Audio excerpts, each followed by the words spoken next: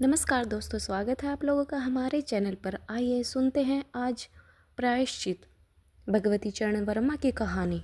अगर बिल्ली घर भर में से किसी से प्रेम करती थी तो रामू की बहू से, और अगर रामू की बहू घर भर में किसी से घृणा करती थी तो बिल्ली से। रामू की बहू 2 महीने हुए मायके से पहली बार ससुराल आई थी। पति की प्यारी और सास की दुलारी 14 वर्ष की बालिका भंडार घर की चाबी उसकी करधनी में लटकने लगी। नौकरों पर उसका हुक्म चलने लगा और रामू की बहू घर में सब कुछ। सास जी ने माला ली और पूजा पाठ में मन लगाया, लेकिन ठहरी 14 वर्ष की बालिका कभी भंडार घर खुला है तो कभी भंडार घर में बैठे बैठे सो गई। बिल्ली को मौका मिला, घी दूध पर अब वह जुट गई। रामू की बहू की जान आफत में और बिल्ली के छक्के पंजे। रामू की बहू हांडी में घी रखते रखते ऊँघ गई और बचा हुआ घी बिल्ली के पेट में। रामू की बहू दूध ढककर मिस रानी को सिज देने गई और दूध नदारद। अगर बात यहीं तक रह जाती तो भी बुरा न था। बिल्ली रामू की बहू से कुछ परच गई थी कि रामू की बहू के लिए खाना पीना दुश्वार है। रामू की बहू के कमरे में रबड़ी से भरी कटोरी पहुंची और रामू जब आए तब कटोरी साफ चटी हुई थी। बाजार से मलाई आई और जब तक रामू की बहू ने पान लगाया मलाई गायब। रामू की बहू ने तय कर लिया कि या तो वही घर में रहेगी या फिर बिल्ली। मोर्चाबंदी हो गई और दोनों सतर्क। बिल्ली फंसाने का कटघरा आया। उसमें दूध, मलाई, चूहे और बिल्ली को स्वादिष्ट लगने वाले विविध प्रकार के व्यंजन रखे गए, लेकिन बिल्ली ने उधर निगाह तक न डाली। इधर बिल्ली ने सरगर्मी दिखलाई। अभी तक तो वह रामू की बहू से डरती थी, पर अब वह साथ लग गई। लेकिन इतने फासिले पर भी रामू की बहू उस पर हाथ न लगा सके। बिल्ली के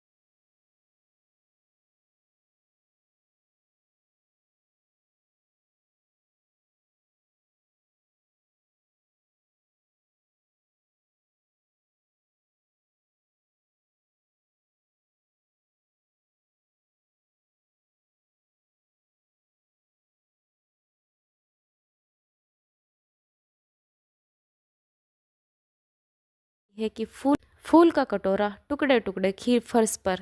बिल्ली डटकर खीर उड़ा रही है। रामू की बहू को देखते ही बकरी चंपत हो गई। रामू की बहू पर खून सवार हो गया। न रहे बांस न बजे बांसुरी।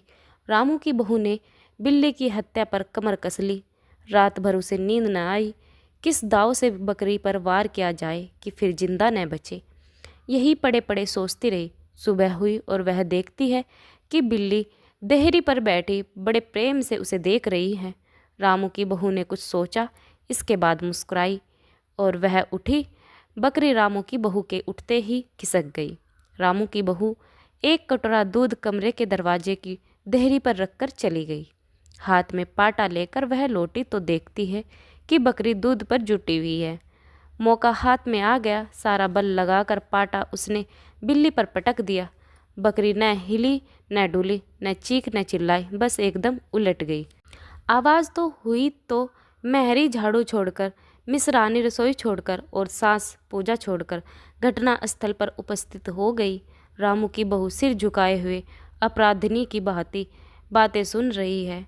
मेहरी बोली, अरे राम, बिल्ली तो मर गई। माँ जी, बिल्ली की हत्या बहू से हो गई, यह तो बहुत बुरा हुआ।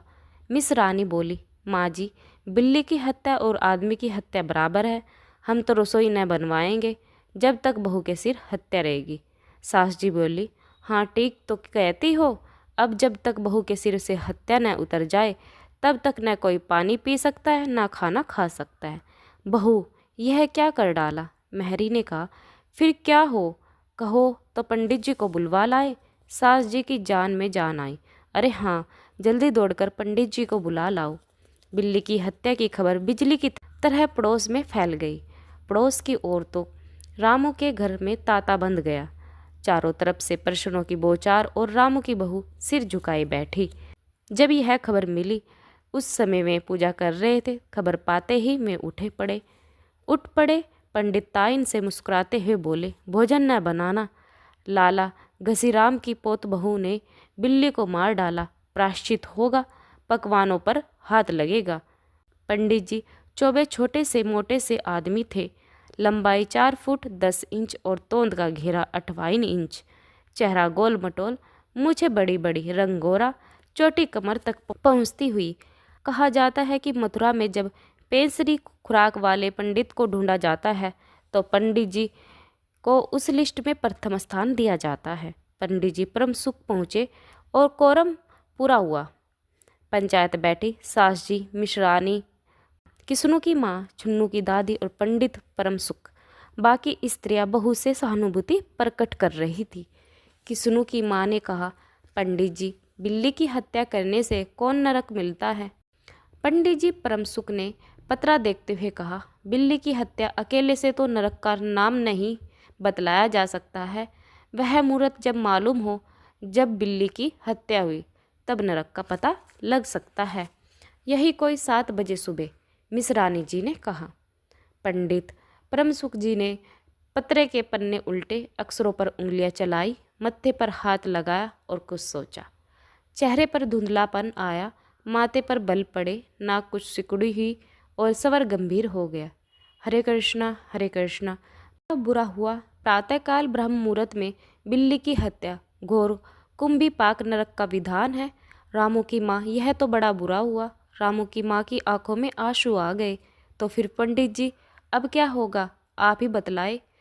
पंडित मुस्कुराए। रामू की माँ, चिंता की कौन सी बात है, हम पुरोहित फिर कौन दिन के लिए हैं। शास्त्रों में प्रायश्चित का विधान है, जो प्रायश्चित से सब कुछ ठीक हो जाएगा। रामू की माँ ने कहा, पंडित जी, उसी लिए तो आपको बुलाया है। अब आगे बतलाओ कि क्या किया जाए। क्या जाए, यही एक सोने की बिल्ली बनवा कर बहू से दान करवा दी जाए। जब तक बिल्ली न दी जाएगी तब तक तो घर अपवित्र रहेगा। बिल्ली दान देने के बाद 21 दिन का पाठ हो जाएगा। छन्नू की दादी, हाँ और क्या, पंडित जी ठीक तो कहते हैं, बिल्ली अभी दान दे दीजिए और पाठ फिर हो जाए। रामू की माँ ने कहा, तो पंडित जी, कितने तोले की बिल्ली बनवाई जाए? पंडित जी मुस्कुराए, अपनी तोंद पर हाथ फेरते हुए कहा, बिल्ली कितने तोले की बनवाई जाए? अरे रामू की माँ, शास्त्रों में तो लिखा है बिल्ली के वजन भर सोने की बिल्ली बनवाई जाए, लेकिन अब कलयुग आ गया है, श्रद्धा नहीं रही। सो रामू की माँ, बिल्ली की तोल भर की बिल्ली तो क्या बनेगी, क्योंकि बिल्ली 20-21 शेर से कम की क्या होगी। हाँ, कम से कम 21 तोले की बिल्ली बनवा के दान करवा दो, और आगे तो अपनी अपनी श्रद्धा। रामू की माँ ने आंखें फाड़कर पंडित को देखा। अरे बाप रे, 21 तोला सोना! पंडित जी, यह तो बहुत है, तोला भर की बिल्ली से काम न चलेगा। पंडित मुस्कुराए। रामू की माँ, 1 तोला सोने की बिल्ली? अरे रुपए का लोभ बहू से बढ़ गया। बहू के सिर बड़ा पाप है, इतने लोभ ठीक नहीं। मोल तोल शुरू हुआ, मामला 11 तोले की बिल्ली पर ठीक हो गया। इसके बाद पूजा पाठ की बात आई। पंडित ने कहा, उसमें क्या मुश्किल है, हम लोग किस दिन के लिए हैं? रामू की माँ, मैं पाठ कर दिया करूँगा, पूजा की सामग्री आप हमारे घर भिजवा दीजिएगा। पूजा का सामान कितना लगेगा? अरे कम से कम सामान में हम पूजा कर देंगे।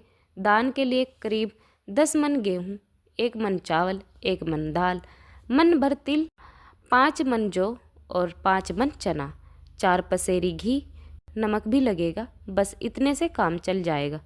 अरे बाप रे, इतना सामान! पंडित जी, इतने, इसमें तो 100-150 रुपया खर्च हो जाएगा। रामू की माँ ने रुक्षाई होकर कहा। फिर इससे कम तो न चलेगा? बिल्ली की हत्या कितना बड़ा पाप है। रामू की माँ, खर्च को देखते वक्त पहले बहू के पाप को तो देख लो। यह तो प्रायश्चित में उसे वैसा खर्च भी करना पड़ता है। आप लोग कोई ऐसे वैसे थोड़े ही हैं। अरे 100-150 रुपया आप लोगों के हाथ का मेल है। पंडित परमसुख की बात से पंच प्रभावित हुए।